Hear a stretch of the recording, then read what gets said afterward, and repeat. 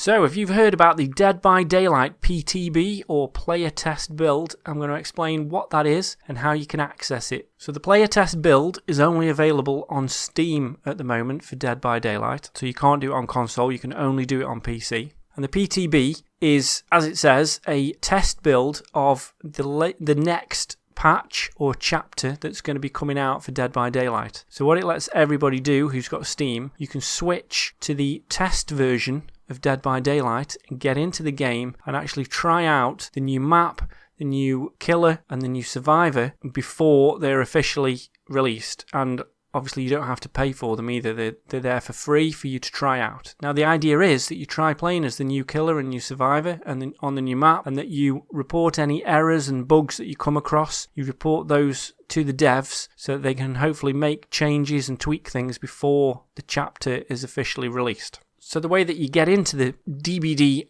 PTB, player test build, is find Dead by Daylight in your library. You can either right click on it on this screen, on the library screen, or you can click on the game and then on the next screen go up to the little cog on the right hand side and down to properties, then find betas or betas depending where you come from. And if this says none in there, that means there's either none available at the moment because it's only available for certain periods of time, normally a couple of weeks before each chapter is released. Or if you've got it set to none, that means you're not playing the PTB, you're playing the full normal version of the game. So click on where it says none, it should give you the drop down list and you'll see public test there as an option. So select that, and then if you go to your download section, you should see that there's a small update that needs to be downloaded to allow you to access the PTB. So it doesn't download the whole game all over again, it just downloads like a little update which then kind of unlocks the PTB. Now if this doesn't kick off automatically, you may need to close Steam and reopen it again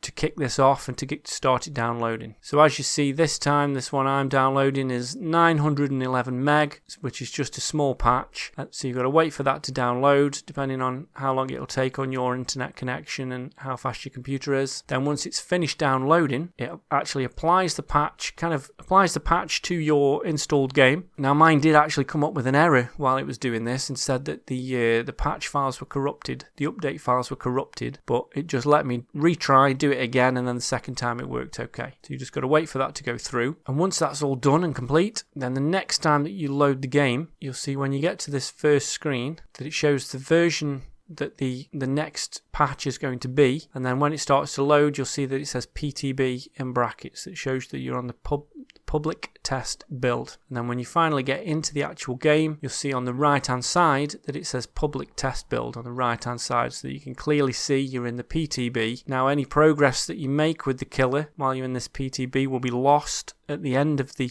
test sort of period, and when you switch back to the normal game you'll be back to everything that you unlocked in the proper game. If you found this useful, please give it a like and make sure you subscribe for more Dead by Daylight videos.